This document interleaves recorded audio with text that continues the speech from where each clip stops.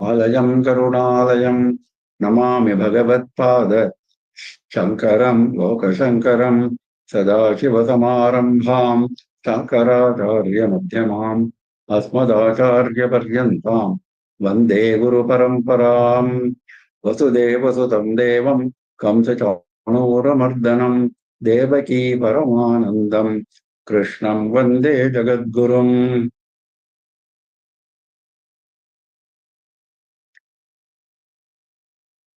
With the blessings of our Acharya Swamiji,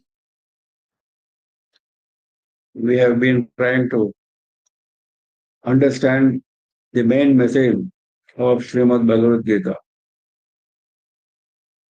We have done chapter 1 and we just completed chapter 2 recently. Chapter 2 was a summary of the entire Gita. Chapter 2 spoke about the three main paths leading to moksha: Karma Yoga, Bhakti Yoga, and Jnana Yoga. Bhakti Yoga is not separated at this stage, so Karma Yoga and Jnana Yoga. And because Bhakti Yoga actually stems from Karma Yoga, it's an offshoot of Karma Yoga, according to Shankara. So, having set out the basic principles of these three paths, or rather these two paths, and having established who should follow which, that is the main subject. Shankara has been emphasizing this right from the introduction stage. There are some people who are born for Jnana Yoga, like Sanaka and others. He gave the example of Sanaka and others. There are some people who are not born that way, who are born for Karma Yoga, like Marichi and other Prajapatis. He mentioned in the introduction. And then, since Karma Yoga is the one which has to be followed by most people, and since Arjuna is one set, Bhagavan has been at pains to establish all the details clearly, to expound all the details clearly, leaving nothing for conjecture or doubt. That is why he has taken up Karma Yoga in not only this chapter, even in the next few chapters for detailed exposition. Now here he started saying that right at the beginning, from earlier times, two types of nishtha, two types of dedication have been enunciated by me. One is for jnanis, sankhyas. Another is for karmis, karma yogis. And the path of karma yogis is now being described. The path has been described in chapter 2 as consisting of a few major milestones. One is never look for fruits of your karma. Dedicate all your fruits to Ishvara. This was one very important basic message which he mentioned in chapter 2. Second is, do not claim any doership. Do not ascribe your ego and ahankara to what you are doing. It appears as if we are doing something. Yes, we are doing. But actually, our mind and all other sense organs, etc., through which this action is being done, are all inert. They have no capability of acting on their own. It is Paramatma who is guiding these sense organs, of course, depending on our mental makeup, to do certain actions. So, do only swadharma, do only what is prescribed for you, and do it properly, and do not claim any doership, do not claim any ownership of the fruit. This was the message given in chapter 2. Many examples, many details. And what are the characteristics of a jnani, sthita prajna? Because that is the final target to be reached, goal to be reached. So he started this chapter to give certain details. We came up to shloka number 5. Now we will we are going to shloka number 6. कर्मेन्द्रियाणि संयम्य य आस्ते मनसा स्मरन् इन्द्रियार्थान् विमूढात्मा मिथ्याचारः स उच्यते. He is addressing Arjuna and he is addressing all of us. The question was why Arjuna should not take up the Jnana Marga, why he should not become a sannyasi, for which he said, no, you are not qualified for it. Okay, I am not qualified, but still I take up. What will happen? Supposing he runs away from the battlefield and becomes a sannyasi, will he be a proper sannyasi? That is the question which is being answered here. So never try to run away from karma when your mind is not qualified to take up the sannyasa marga or jnana marga. So that message has to be given loud and clear. So that is what he is doing here. कर्मेन्द्रियाणि संयम्य य आस्ते मनसा स्मरन् यः कर्मेन्द्रियाणि संयम्य, having controlled all the 5 actions organs of action. Organs of action are 5. Organs of knowledge are 5 sense organs. Organs of action are hands, feet, mouth. Mouth does both the jobs. It is a sense organ of knowledge as well as action.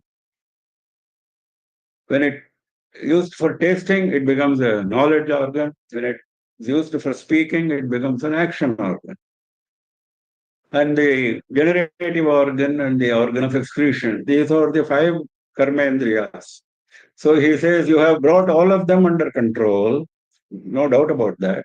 But yaha manasa smaranna stay, you are still thinking of those organs, and organs means the matters which are attractive to those organs. By extension, Bhagavan refers to that. Nobody is thinking of the ear or the eyes. Nobody is doing that. Everybody is thinking of what one sees with the eyes, what one hears with the ears, isn't it? That is what is attracting our attention, our mind. So he says, he has brought the sense organs under control, but he has not brought his mind under control. He is sitting with his mind thinking of those very objects which he has stopped his sense organs from enjoying. I am not able to enjoy this. I have stopped enjoying this. That very thought is there. So, Indriyarthan vimudhatma mithyacharaha sa uchyate ye aste manasa indriyarthan smaranna. It goes like that. Indriyarthan, the matters which are attractive to the sense organs. Indriyabhya artha. Vimudhatma. That person who is doing this, he is a very confused man. Vimudha means confused, deluded. He does not say Jnana Rahita Atma. Another place also he says Jnana Sammudha, he says. He is not saying he is a Jnani. He knows. He knows what is right. He knows what is Jnana. But he is not able to control his mind.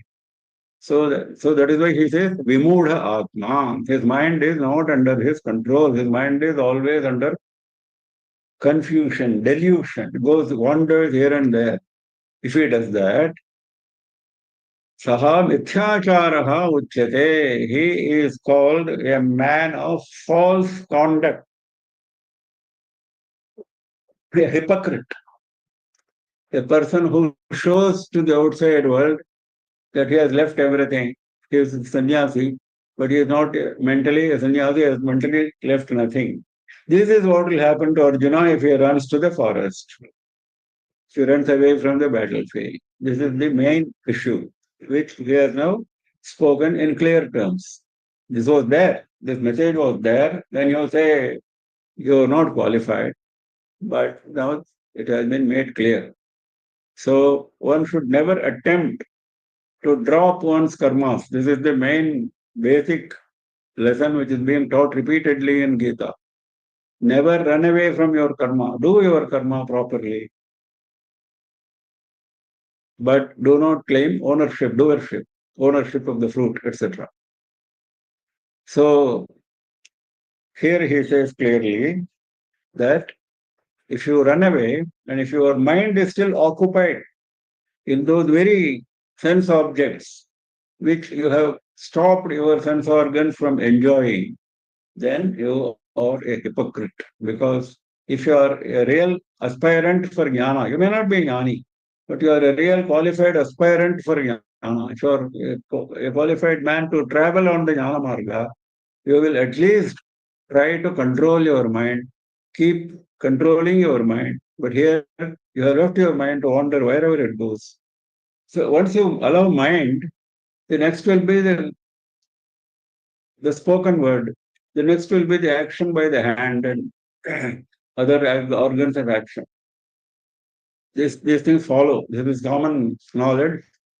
Bhagavan also is going to say that in another context. So it is not as if, okay, what does it matter if my mind thinks of it a little while now and then? No, it's not like that. Once you have not trained your mind to go on the right track, because Jnana Marga requires enormous concentration, enormous, which is beyond our understanding. Enormous concentration, enormous focus. And if you allow your mind to travel this way and that way, you are not fit for Jnana Marga. So purify your mind. What is Karma Marga? Purification of mind. Once you have purified your mind, you become eligible for Jnana. So in this context, I was referring to Jnaneshwari by Sant Jnaneshwar earlier. There, Jnaneshwari is full of, the whole text is full of examples. Every shloka he gives many, many examples. So here he says, to distinguish Jnana Marga from Karma Marga, he says, if there is a river, you need a boat to cross the river. That boat is Karma Marga.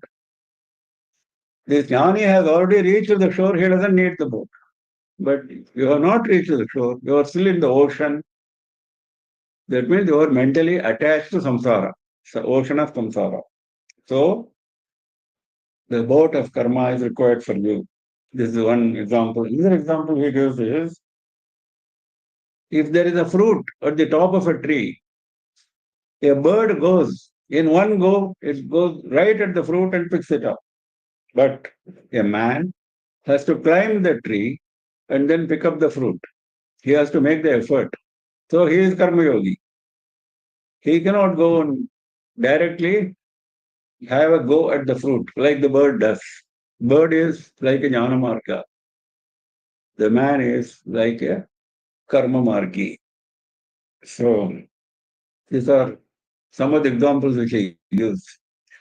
कर्मेन्द्रियाणि संयम्य यास्ते मनसा स्मरन् इन्द्रियार्थान् विमूढात्मा मिथ्याचारस्य उच्यते यस्त्विन्द्रियाणि मनसा नियम्यारभते Arjun कर्मेन्द्रियैः कर्मयोगम् asaktasya vishishyate.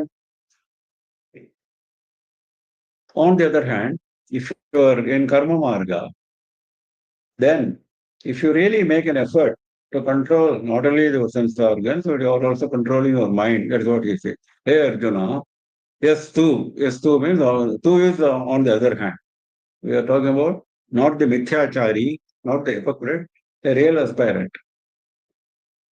The mithyachari has already gone to the wrong track by taking up the jnana marga when he was not qualified. But this karma marga man is qualified for karma marga. He is trying to control his mind. He says, yes, tu. Manasa indriyani niyamya arabhate.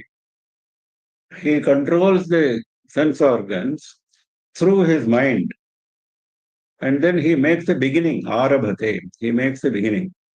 Karmendriyaihi karmayogam asaktasya vishishyate.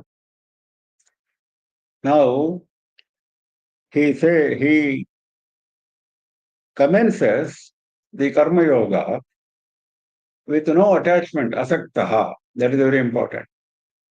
And he is using the karmendriyas for making the beginning. Niyamye arabhate karmendriyahi. He uses the very karmendriyas which he has brought under control for making a beginning of karma yoga. That means without karmendriyas you cannot do any action, isn't it?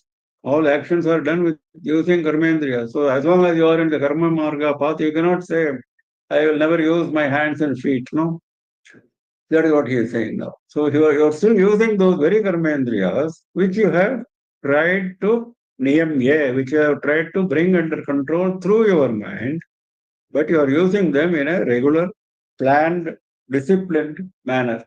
That is karma yoga. Karmendriyahi karma yogam. Asaktaha, that is very important. Unattached, without any attachment to the action that you are undertaking. Saha vishishyate, he excels. He excels this way. Saha vishishyate itarasmat mithyacharat saladhisandhi varjitaha. This is what Shankara says. Asaktaha is explained as saladhisandhi varjitaha. Totally devoid of any attachment to the fruit of the action. Vishishyata means he is distinguished. He is distinguished, no doubt. He is also distinguished from the other chap. Vishishyate itarasmatu mithyacharat. That mithyachari, that hypocrite, he is totally distinct from him because he is following this path properly. So here the point made is you are using the karmendriyas, but you are unattached to the fruit. You are no doubt focused on your action, but you are not looking for the fruit. And you are using the karmendriyas only for, that is why he said, Yastu indriyani manasa niyamya. Niyamya means discipline. You have brought them to a particular discipline, these indriyas. They will not run away here and there. The eye will not see what it's not expected to see during an action. The ear will not hear something which is not expected to hear during a particular action. Minimum use of these organs for doing that particular action efficiently you will do. That is what he says. Manasa niyamya arabhate. He makes the beginning that way. Yes, Indriyani manasa niyamya arabhate Arjuna. Karmendriyai karmayoga masaktasya vishishyate. Niyatam guru karmatvam karmajyayo shakarmanaha. Sharirayatra apichate. Na prasidhyeda karmanaha. Now if you take the opposite stand, okay, it's all very complex, very difficult. I will not, of course, go to Jnana Marga, but I will not do karma also. I will sit quiet. Akarma. Abstaining from all karma. That is akarma. If you do that, first of all, you are incurring the sin of not doing your karma. Karma is a must. The Vedas and Shastras have expected certain karmas from people depending on the Varna and the Ashrama. So you have to do those karmas. No escape from that. No running away from that. And if you take the route of akarma, you are not only incurring the sin, but then he is explaining further. Niyatam kuru karma tvam. Niyatam karma tvam kuru. Whatever karma is ordained, niyatam means ordained. Whatever karma is ordained for you in the Vedas and Shastras, do that. Karmajyayo hyakarmanaha. Doing karma is superior. Jaya is superior to akarmanaha. To one who is not doing any karma, it is definitely superior. Don't take the other route because you will be incurring the sin. The very purpose of all this discussion is to get over punya and papa, to exhaust all punyas and papas so that the slate is clean, then we are eligible for moksha. So to do that, instead of that, if you incur more and more sins, if your load of sins is going to go on increasing, what is the use? So karma jyayaha hi akarmaniha. Then sharirayatra vichate na prasidhyet akarmanaha. If you are akarmi, If you are a person who has renounced all actions, then what will happen? Even you cannot maintain your body. Sharira Yatra is maintaining the body, the travel of the body from day to day. That is maintenance of the body. Maintenance of the body requires some action, isn't it? Eating food, drinking water. Who will give you food? Who will give you water? You have to go in search of food, you have to go in search of water. That karma at least you have to do, isn't it? Forget about Veda ordained karma, which he covered in the first sentence. Now, I will not do Veda ordained karma, but I will maintain the body. Even then you have to do karma, isn't it? Even for maintaining your body, if you have to do karma, so there's no running away from karma. You better do your karma properly, whatever has been ordained for you. Netam kuru karmatvam. This is the instruction to Arjuna. This is instruction to all of us. A very clear-cut, direct instruction. There is no if and but here. Niyatam kuru karma tvam. Very simple. Tvam niyatam karma kuru. Karma jyayaha hi akarmanaha. Karma is definitely superior to akarma. If you are taking the path of akarma, sharira yatra pi te na prasiddhet. Even sharira yatra, you will not be able to make. It will be impossible.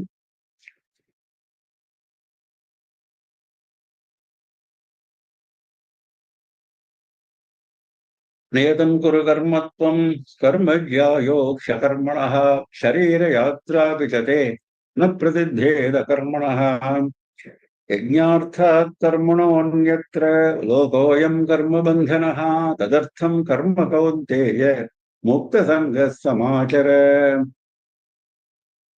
Now he is giving some background to all this instruction. Instruction has been given. Some background is also given. When you understand the background of an instruction, you will act upon the instruction more efficiently, isn't it? That is the purpose. So he says,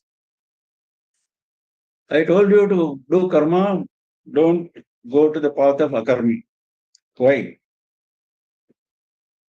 Yajnartha karmanaha anyatra ayam lokaha karma bandhanaha.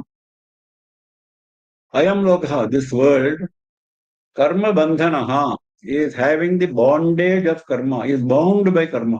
This world is bound by karma. This is karma bhumi. This earth is karma bhumi. You have to do karma. You have been born here for doing karma only. Whatever you do, even if you are sitting quiet only, your mind is working, that is also karma.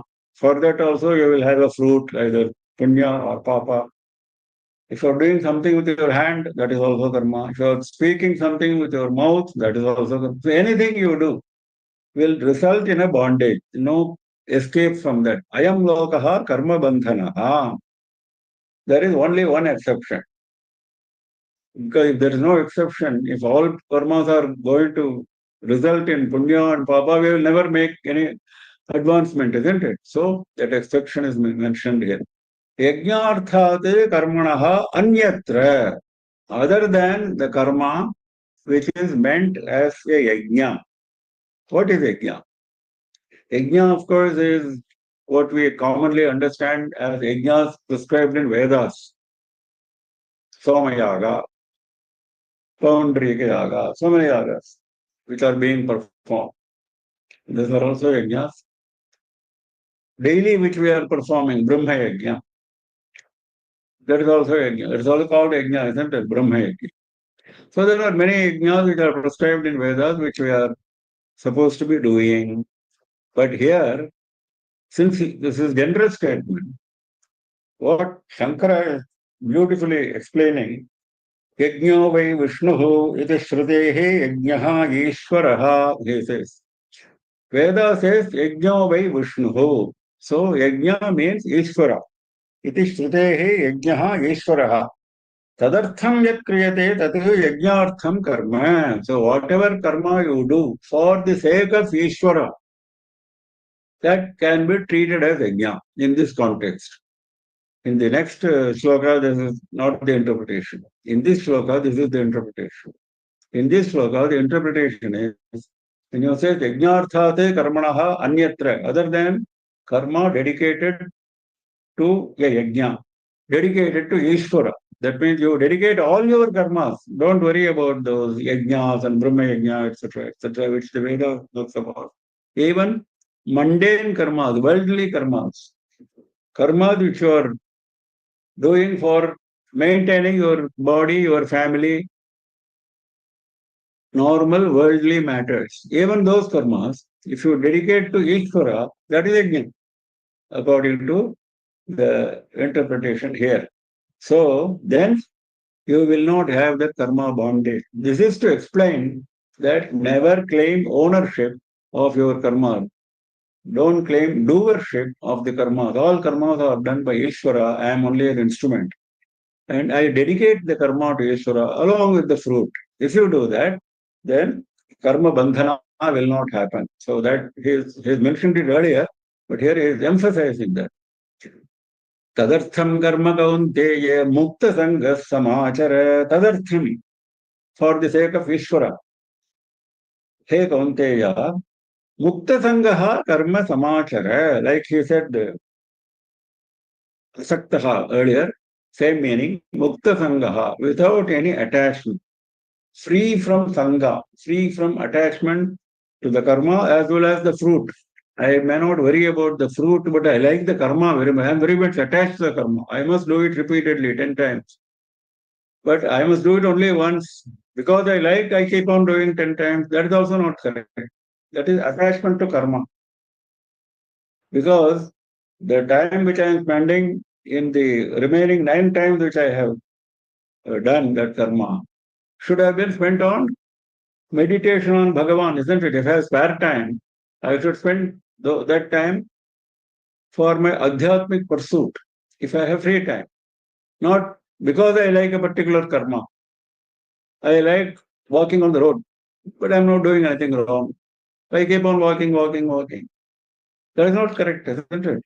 That is mukta sangaha. So don't develop any attachment to your karma. Tadartham karma kauteya. So tadartham means for the sake of Ishvara. Yajnartham. Tadartham, because yajnarthat karmanaha, he said. Here he says tadartham, so yajnartham. For the sake of yajna, for the sake of Ishvara, for converting into your action into a yajna, mukta sangaha karma samachara. Do your action without any attachment, either to the action or to the fruit, for the sake of Ishvara. सह यज्ञाः प्रजाः सृष्ट्वा पुरोवाच प्रजापतिः अनेन प्रसविष्यध्वम् एष वोऽस्त्विष्टकामधुक्. Now he is giving further background to this statement made in sloka number 9. Further background.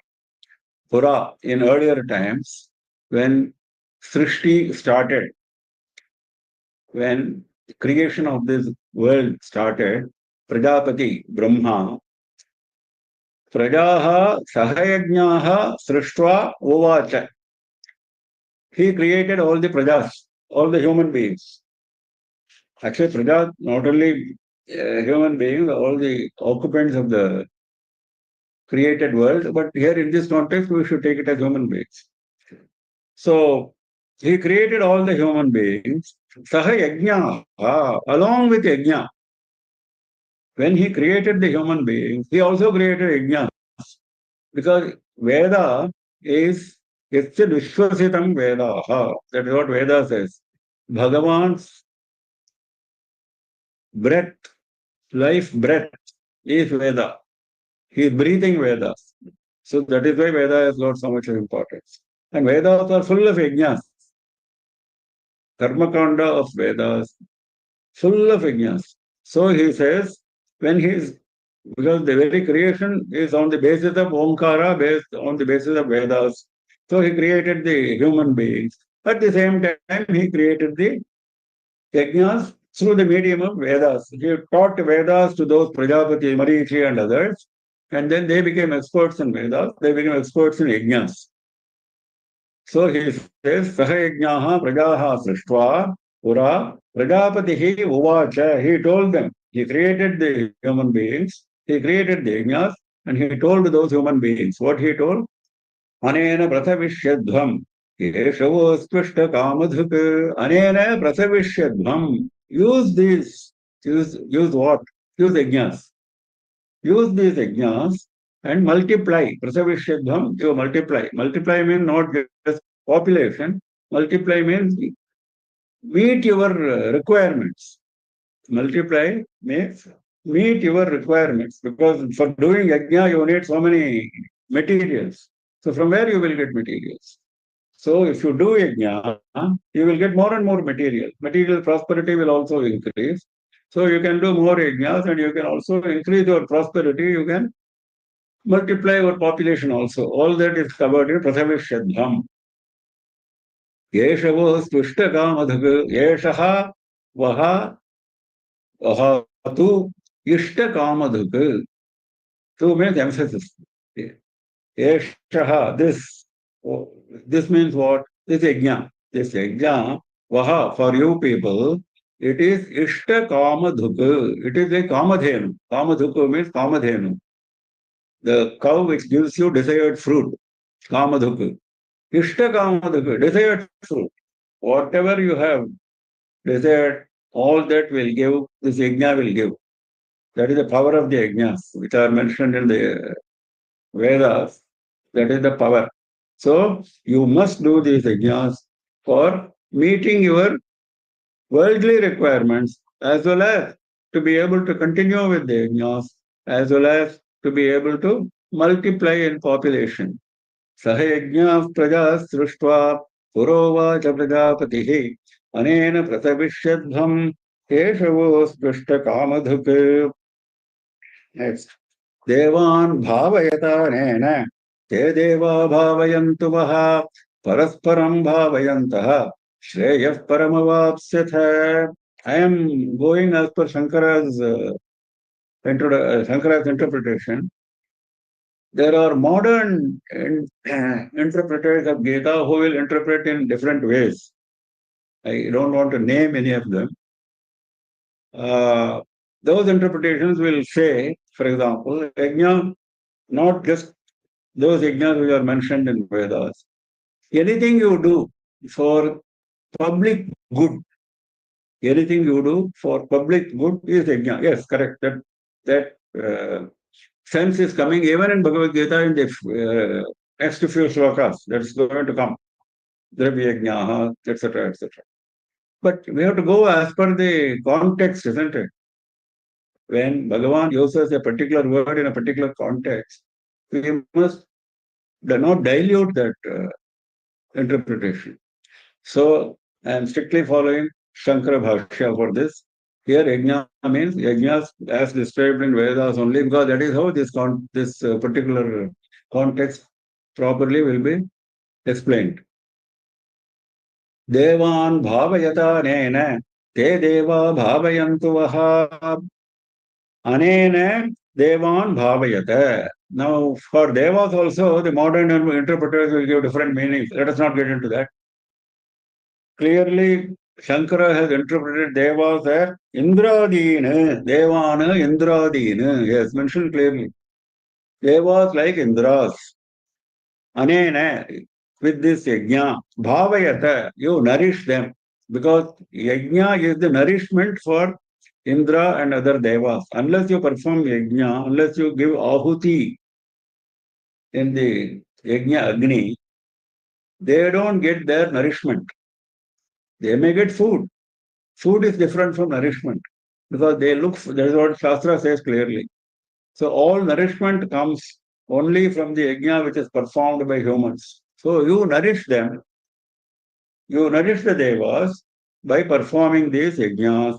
Te deva vaha bhavayantu. Then what will they do? Those devas, vaha bhavayantu, they will nourish you. You nourish them by performing yajnas.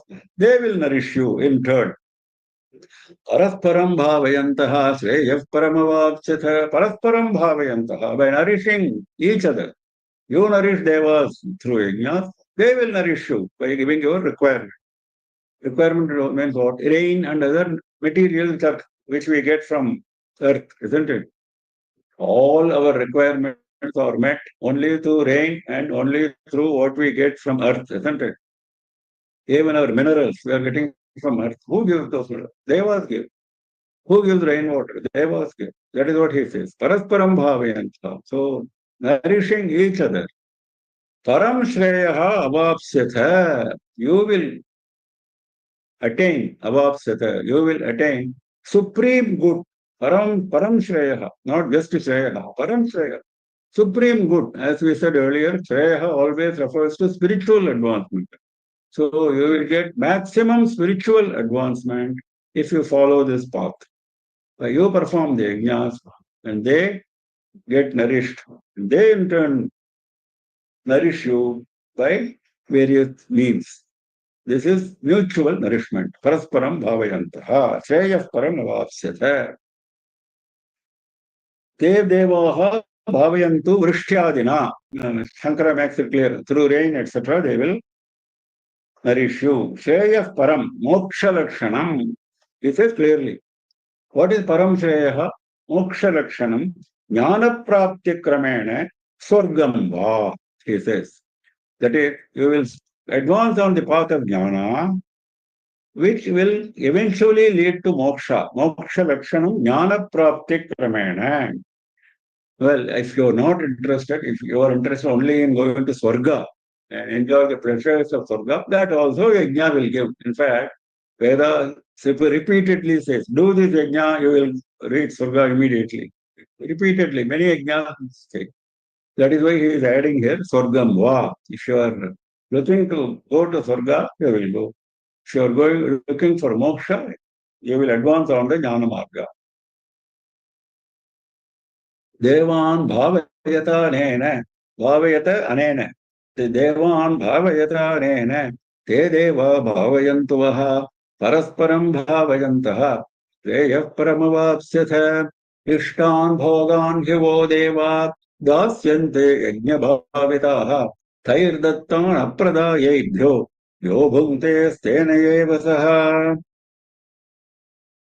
O devaha, those devas, yajna bhavitaha, having been nourished through the yajnas performed by you, those devas, having been nourished through the yajnas performed by you, ishtan bhogan dasyante, whatever you desire, all your enjoyments, they will give you. This is a promise made by Bhagavan. You perform yajna, they will give you. Parasparam. That is made more clear now. Having been nourished through your yajnas, they will give you all the desired enjoyments, ishtan bhogan, desired enjoyments. Tair dattan apradayebhyo, yo bhunte stenayeva saha, yaha, tair dattan, those bhogas which were given by devas, ebhyaha apradaya, not returning them, ebhya to the devas. You are enjoying the bhogas which they give, but you don't want to do anything in return if you are taking that attitude, because rain is common. Rain does not restrict itself to only one man. It rains over a large area, so many people get benefit. Whatever the earth gives, whether it is food crops, whether it is minerals, whether it is anything, it's not enjoyed by only one person, it is enjoyed by a community. So you keep enjoying them, but without doing anything in return to the devas. Tair dattan. Mind you, these bhogas have been given to you by them. Taihi dattan. Ebhyaha apradaya. Apradaya means not giving back. Ebhyaha to the devas. Not giving back to the devas. Yaha bhunte. But you keep enjoying those fruits, enjoying those bhogas. You bhunte means one who enjoys. Saha stena eva is nothing but a thief. One who enjoys the enjoyments given by the devas without in turn returning the nourishment to them by performing these yajnas. The three varnas are supposed to be performing yajnas, one of their major duties. The first three varnas, one of their major duties is performance of yajnas. The fourth varna is supposed to help these three varnas in doing the yajnas. They are the people who help. Without their help, these three varnas cannot do anything properly. That is why the fourth varna is very important. People misunderstand fourth varna is lower in the order. No, it's not lower in the order. It is just a division depending on the mental qualification, like Karma Yoga and Jnana Yoga. Is Karma Marga people, are they inferior? They are not inferior, they are different. Similarly, these all the four varnas should be engaged, should be conscious of the bhogas which they enjoy, which they get from the devas, and they should be conscious of their debt which they owe to the devas. That is why he says, Tair Dattana Aprada. That is why he says, Stena Eva, he is nothing but a thief. Devada Swapahari. That is how Stena is interpreted by Shankara. Devadiswa apahari. Devadiswa means what belongs to the devas. Apahari. Or the thief means he is thieving what? He is thieving what belongs to devas. He is stealing what belongs to the devas. Devadiswa apahari. Now, this similar statements are made in other Puranas also. Srimad Bhagavatam makes this statement. Other Puranas also, Manusmriti, they make the statement. Of course, in a slightly different manner. There, what they say is, anyone who enjoys these bhogas beyond their minimum requirement, he is a thief. This is the statement made in Srimad Bhagavatam.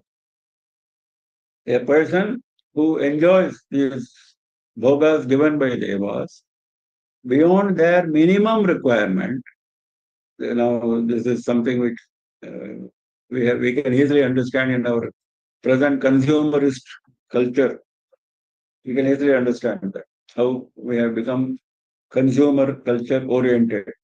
So he says, if you are consuming beyond your minimum requirement, you are a thief. This is the straightforward statement made by Srimad Bhagavatam, but similar to this. Ishtan bhogan hivo deva dasyante yajna bhavidaha tairdattan apradayebhyo yobhunte stenayeva saha yajna shishtasana santo मुच्यन्ते सर्वकिल्बिषैः भुञ्जते ते त्वगं पापा ये पचन्ति आत्मकारणात्. Now, the one who performs yajna properly. Now, when you are talking about a thief, you should also talk about a good man, isn't it? A virtuous man. Bhagavan has been always maintaining that balance, you can see. He is always talking about those, the mithyachari, he said. Then he came to the disciplined person, like that. That balance he is maintaining always, so that you understand the context properly. Now, he talked about the thief. Now, one who is not a thief, one who is performing properly, he is talking about them. Yajna Shishtasanaha Santaha. Yajna Shishta Ashanaha. Ashanaha means one who eat. Those who eat, that means those who consume. Yajna Shishta, what is remaining after performing yajna? When we do Naivedya to Bhagavan, Bhagavan does not eat. We only eat all of it. That is Shishta. After performing the Naivedya, even in ordinary puja, even at home every day, that is Naivedya Shishta. What is balanced after Naivedya? Everything is balanced. In Yajna, of course, everything will not be balanced because you are putting them in Ahuti. You are using ghee, you are using rice balls, rice food, you are using wooden sticks, etc., etc. So some consumption is there in the yajna, but there is always a balance because 100% you are not going to use in the yajna. So that balance, if you eat, means if you consume, santaha, those virtuous people who do this, sarvakilbishaihi muchyante, they are freed from all sins. What does it mean? It means they have followed the path which Bhagavan has delineated so far. That is why he says clearly. So, otherwise, how will he say that? Sarvikilbishaihi muchyante. They get released from all sins because they have performed their yajna. They have done their duty. And what is left after performing the yajna, that is minimum only they consume. What we saw just now in Srimad Bhagavatam, that idea has been conveyed here. Bhunjate de tvagam papa ye pachanti atma karanat. Those who do not perform yajna, but they keep on enjoying all the food, they keep on eating. Now, eating has been given as a sample. It doesn't. It refers to all activities, all consumption. Te bhunjate, such people who ye pachanti atma karanat, those who cook, pachanti means cook their food. Atma karanat, only for themselves. They cook their food only for their own consumption. If they do that, they too agham papa bhunjate. They papa, they are sinners. They are actually sinners. That is why they are having this bent of mind. They are already driven by sin. Now they are accumulating their sin. That's why he is using the agam papa. They papa, those sinners, because they have that bent of mind. Agam bhanjate. Now they are eating. What they eat is itself sin. The food which they eat is nothing but sin. That means they are adding to their sin. So never cook only for yourself. Always whatever you cook is for yajna. Now all of us are not doing yajna. So at least offer it to Bhagavan. That has been at least our practice in Kali Yuga. We have been told that you should always offer whatever you prepare to Bhagavan and then only you should consume. That is our culture, isn't it? All over India, all over Bharatavarsha, this is our culture. This is the background to that. Ye Atma Karanat Pachanti, those who cook only for their own consumption. Because even in Shastra, if you are strict follower of Shastra, another few slokas is going to come again. There is something called Vaishwadeva. Every day we are supposed to perform. At about noon time, we are supposed to perform a small yajna. It's called Vaishwadeva. Now, there we are spreading the food on the ground so that various insects and even birds can come and take that food. That is the purpose of Vaishwadeva, Bhuta Yajna. So, and not only that, having performed Vaishwadeva, Manusmriti says clearly, the Yajamana should go to the road and look on both sides of the road to see whether any Atithi is coming, any uninvited guest is coming. And he should wait for some time, look for any Atithi, and then if somebody comes, he should feed that Atithi, then only he should eat. This is Shastra's clear requirement. Now, all this looks very strange to us because we have been brought up, we are living in a totally different environment. But this was there even in our country some 150, 200 years ago. Many people were following this in villages. We always used to prepare a lot of food. Uninvited guests will keep coming. That is culture in villages. Used to be. So they will be very happy to receive those uninvited atithis and feed them. Then only they will eat. So that is what he says here. Ye pachanti atma karanat. If you are not doing that, you cook only for yourself and then go on eating that. You are eating nothing but sin. You are not eating food, you are eating sin. Now, this should not be restricted only to food. As I said, this should be understood as referring to all consumption. Whatever we are consuming, we should give to others. Now, the idea of expanding the concept of yajna for public good is indirectly mentioned here. This is what the other commentators take it as a full interpretation. Full interpretation is not correct. Interpretation this way is what Shankara is reporting. So, those who consume what is left after performing the yajna, they are virtuous people. They are released from all sins. But those who cook only for their own consumption, they eat nothing but sin. They are already sinners. Papaha agam bhunjate. Agam means sin. They are already sinners. They eat sin. Yajna shishtaja santo. मुच्यन्ते सर्वकिल्बिषैः भुञ्जते ते त्वगं पापा ये पचन्ति आत्मकारणात् अन्नाद्भवन्ति भूतानि पर्जन्यादन्नसम्भवः यज्ञात् भवति पर्जन्यो यज्ञः कर्म समुद्भवः. Now he is making it even more clear. Before I go to this, I must, because many commentators on sloka number 13, when you refer to the Vaishwadevam, I referred. So, why Vaishwadevam is performed, that has been mentioned by many commentators, including Shankara briefly, but other commentators are going into detail. There is something called Panchasuna. This I think we should know. The right time to talk about it. There is something called Panchasuna, 5 places where we kill living beings for our benefit every day, every time. We kill living beings for our benefit. We cannot refrain from doing that. Shastra says this.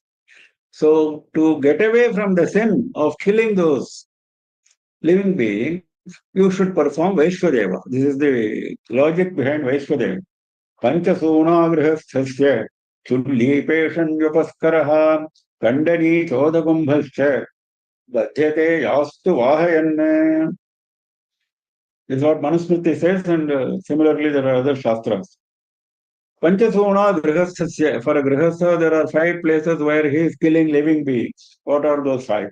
Chulli, fireplace. In fireplace, small insects will die. Peshani is grinding stone. In olden days, whatever we were using.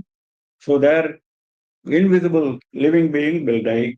Upaskaraha, broom. When you are using the broom for cleaning, some small insects will die. Kandani is mortar and pestle. We used to do mortar and pestle in earlier days. So he is referring to that. There also some living beings will die. Udakumbha is water pot. When you bring water from a river or from a well in a pot and then you keep it on the floor, then the water spills all over the place. In that spilled water, many living beings may die. Or when you place the water pot, some living being may die under the water pot. So these are 5 places where you are bound to kill living beings, according to Shastras. So, तासां क्रमेण सर्वासां निष्कृत्यर्थं महर्षिभिः पञ्चक्लृप्ता महायज्ञाः प्रत्यहं गृहमेधिनाम्. So, to get away from the sin of these 5 sources, you must do Pancha Mahayajnas, 5 Mahayajnas. Panchaklipta Mahayajnaha Pratyaham Grihamedhinam. The Grihastha should do these 5 yajnas every day. What are those 5? Deva Yajnaha, Pitri Yajnaha, Brahma Yajnaha, Manushya Yajnaha, Bhuta Yajnaha. Deva Yajnaha, Pitri Yajnaha, Brahma Yajnaha. These 3 are performed by performing Sandhya Vandanam and Brahma Yajnam. By performing Sandhya Vandanam and Brahma Yajnam, you perform these 3. Deva Yajna, Pitri Yajna, that is Yajna for Pitrus. Brahma Yajna, Yajna for Vedas and Rishis. Now, in fact, our Shastra is very detailed.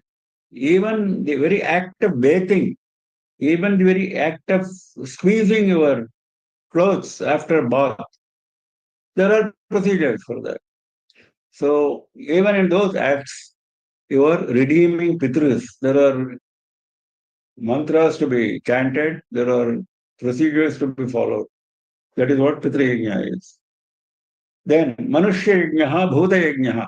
These 2 are covered by that Vaishwadeva and feeding the Atithi. Vaishwadeva is Bhuta Yajna. Small insects and birds will have their food. Manushya Yajna is looking for an Atithi and then feeding him.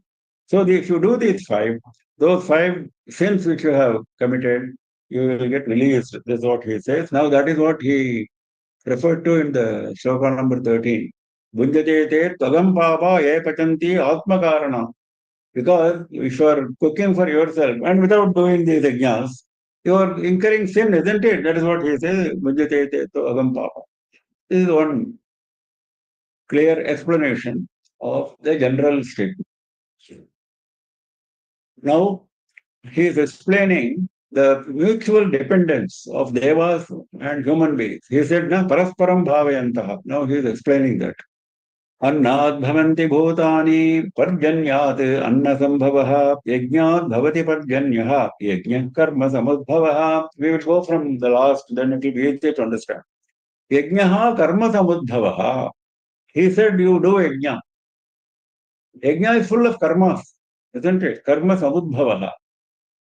It is source is karma and it is full of karmas. Yajna starts from karma and ends with karma. It is full of karma. Yajna karma samuddhavah. If you do that, yajnat parjanyah bhavati. If you do your yajna properly, you will get good rain. Parjanya is rain. The rain god, like Varuna, there is a Parjanya Devata who is giving you rain. Parjanyat anna sambhavaha. If you get good rain, you will get good food crops. Parjanyat anna sambhava. Annat bhutani bhavanti. If you get good food, you get proper life for all the living beings. Bhutani bhavanti. In fact, the new life is created only by food. Bhavanti means they get created. Not only you sustain yourself, you also create your next generation only by eating food. If you are not eating food, will there be multiplication? No. That is what he says. Annad bhavanti bhutani parjanyat anna sambhavaha yajnat bhavati parjanyaha yajna karma samudbhavaha. This is mentioned in Manusmriti also. Agnau prastahuti samyak. This is mentioned by Shankara himself. Samyak adityam upatishthate. Whatever you put in the Agni during Yajna, it goes to Devas. Adityam through Surya. Aditya jayate vrishtihi.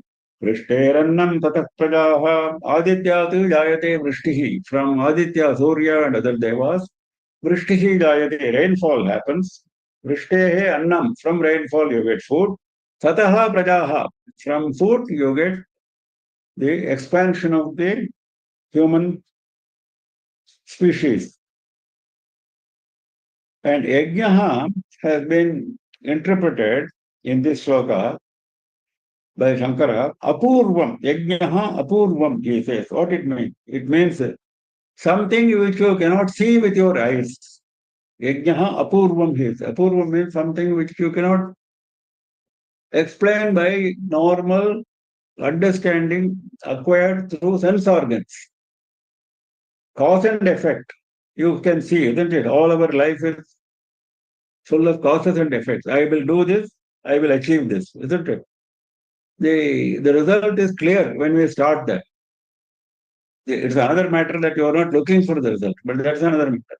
But result is there. So there is a connection between cause and result. For every action, there is a result, there is a reaction. But for when you do yajna, it goes to Deva, they will give you rain. This is only Shastra says. You cannot check it with your eyes. So yajna apurvam. So you must go through what the Shastra says. That Shankara makes it very clear. Karma samudbhavaha, ritvig yajamanayostu vyaparaha karma, because it involves a lot of work by the ritvik as well as the yajamana who performs. So there is a lot of karma, that is why karma samudbhavaha. यस्य यज्ञस्य अपूर्वस्य सः यज्ञः कर्म समुद्भवः. Though it is full of karmas, but the result is apurva. You are doing a lot of work, but you don't know what the result will be. Nobody can say, you perform this yajna, this will happen. Nobody can say. It will happen, yes, according to what Shastra says. You cannot see it with your eyes. That is what he is explaining that. To make it clear to us that you go by what Bhagavan says in the Gita, don't ask foolish questions. That is the idea. अन्नाद् भवन्ति भूतानि पर्जन्याद् अन्नसम्भवः यज्ञाद् भवति पर्जन्यः यज्ञः कर्म समुद्भवः. I think we stop now. Time. Tomorrow morning, 7 a.m. instead of 7:30 a.m. IST. We change the timing to suit the change in US timings, daylight savings, etc. So from tomorrow onward, all Sundays we have already given the announcement in the group. we will start the lecture at 7 a.m. instead of 7:30 a.m. tomorrow. Now we close for the day. Any questions? Anyone has any questions, kindly unmute. Namaskar. Namaste.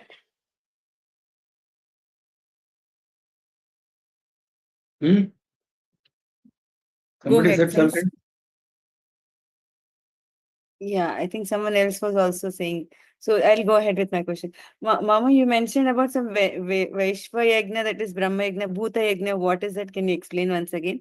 Like for insects and birds, you said feeding. That is Vaishvadeva. There is a yajna called Vaishvadeva. Vaishvadeva. Vaishvadeva, where you spread the food Okay. from the Somakunda right up to the entrance of the house. All along, you spread the food. There is a procedure for it. So you are supposed to allow the insects and birds to come and eat. This is used to be performed by all people who were doing Agnihotra. So regularly, if we feed birds, is that also something? No, that's different, right? We feed birds on Well, that is not part of Vaishvadeva, no doubt. But that is a good practice. Okay. That is a good practice. There's nothing wrong with that. Okay, ma'am. Yes. Thank you. At least you are getting some essence out of that. Someone else was also asking question. Maybe they can unmute and ask. Yes. Yeah, Namaste, Guruji. My question is like rest of the world doesn't have Vedas and don't follow all these yagnas, yagas. So just because they are praying to their God, like Muslims pray to Allah and Christians pray to Jesus. So do you think that those prayers are what is also something like, can we equate it to that? Like, how does the rules that apply to us, how is it applying to the rest of the world? Our acharyas have taught us that you should follow your religion. Whatever your religion says, you follow strictly. We are not worried about other religions. They follow their religion. We are not supposed to interpret their religion and say whether they are right or wrong. That their religious scholars will do. We are not going to talk about them. That is what our acharyas have taught us. So we cannot say anything about it. That is only for Bhagavan to decide. Okay, I'm like thinking in my mind that they also pray to their God, so maybe they are happy. That's why rains are falling, and here also things are good. Correct. Yes. Because they are following the instruction given to them by their teacher, by their guru. Yeah. So, in fact, our acharyas have said that you follow your instructions, don't follow our instructions. He said that. So you are right in that way. Thank you. Anyone has any other questions? Yeah. Namaskaram.